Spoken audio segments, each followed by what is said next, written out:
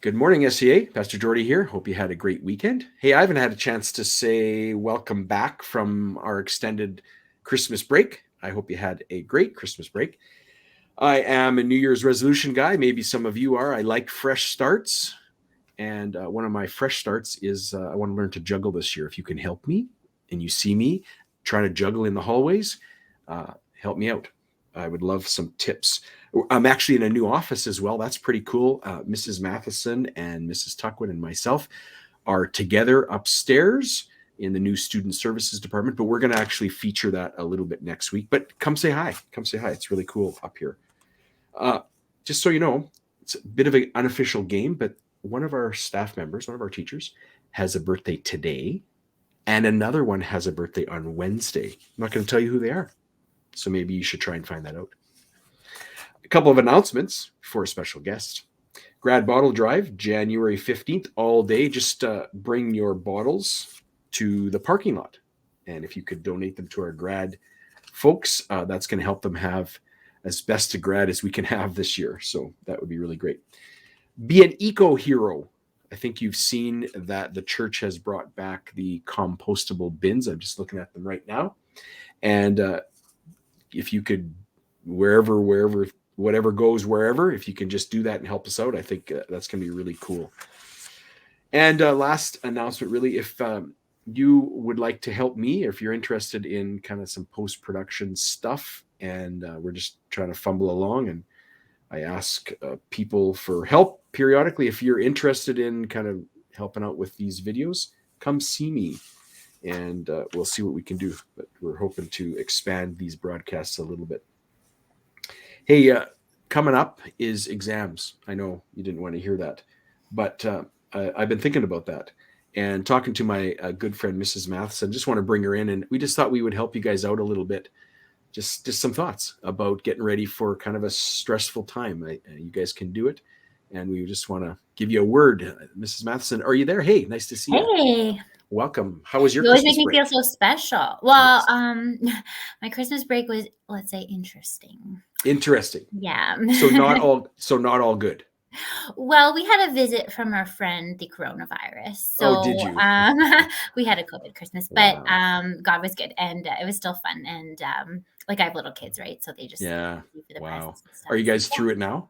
oh yeah, Yeah. we're good. Cool. Yeah, Cool. yeah, God was good. So. Hey, no surprise to you. Our people are going into a stressful time. Yeah. What thoughts do you have being our school counselor?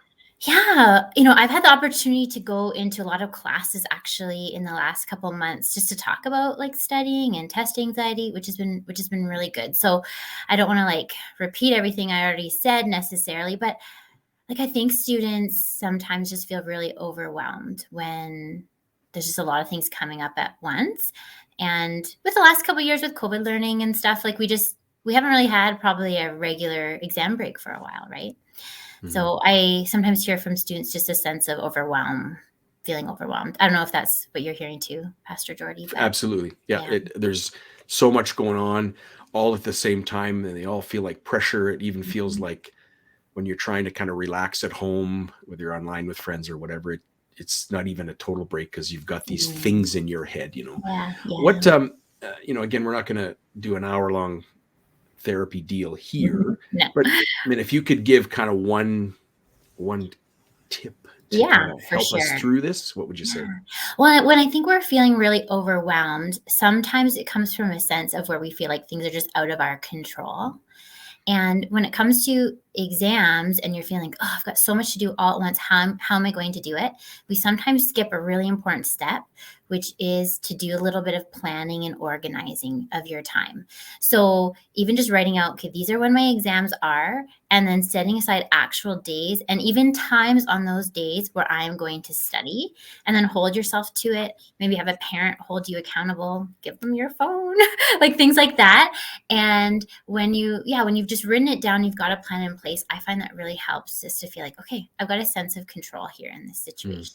So especially when we're going to be not at the school very much and out of routine, having some kind of time boundaries is really helpful. So, well, thanks for that. Hey, and just kind of as we wrap up, just on behalf of Mrs. Tuckwood and Mrs. Matheson, myself, our student services team, during exam week, and at other times, if we can pray for you, if we can chat with you to help you kind of get through exams or other things, do come see us. That's why we're here.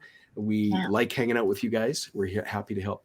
Mrs. Matheson, I know you're running to supervision, so thanks for hanging out with us. And can I add that one little part about sure. Okay, yeah. Yes. So one thing, one thing that was really something that helped me when I was in high school, I really remember this vividly, is I would go to my mom and I was feeling like really overwhelmed with things. And I remember her saying to me, just do your best and let God do the rest. And like, it's kind of like a cliche kind of sounding thing, but it really helped me. It helped me to reframe the stress that I was feeling. Like, all I can do is do my best. I can study, I can pay attention in class, I can ask questions of my teacher, but then at some point I just need to leave it in God's hands. And I just found that really encouraging. And even now, honestly, like if I have a deadline or something that's coming up and I'm starting to feel a little angsty about it, like my mom's words just keep ringing in my ears. So that's a really kind of cool way to just reframe your thinking. Like, just do your best, and then we leave it in God's hands. So I wanted to bless you with that today too. I appreciate that. We all appreciate that. Have a great week. For you. See ya. Hey guys, my word to leave. I was reading through 2 Corinthians chapter 12, and let me read it to you. It's over here. 3 times I begged, that's Paul, 3 times I begged the Lord to take it away. Each time he said, my gracious favor is all you need. My power works best in your weakness. They're talking here about Paul's thorn in the flesh, actually. And scholars don't really know what it actually is, his thorn in the flesh. You might have heard the Bible, or you might have heard that referenced. They think it might be malaria, it might be epilepsy, it might even be a disease of the eye. Well, whatever his thorn in the flesh was, it was chronic and it was debilitating. It totally interfered with his life. He prayed for its removal, but God refused. God refused. But God did promise in that refusal to demonstrate his power through Paul. So I just wanted to leave you with that and just to encourage you, to give you some hope, take courage that God's power can be displayed in our weaknesses. He promises that. I'll be honest with you. I feel really privileged. That's the word I've used yesterday. I was telling somebody, I feel honored. Yeah. I feel honored to watch God work in your life as I see you in the hallways. Obviously, I don't see everybody every day, and not everybody's doing awesome things all the time, but man, it's every single day, many times, I feel like I see God in our hallways and in our classrooms. When I see kindness in you, especially to people you don't even normally hang out with, or you might not even get along with, I see God there. Like, it's a beautiful thing.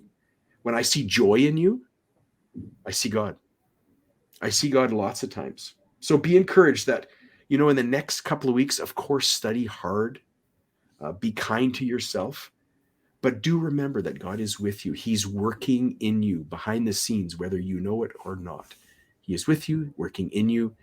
Be blessed with that. I hope you have a great week. Take care.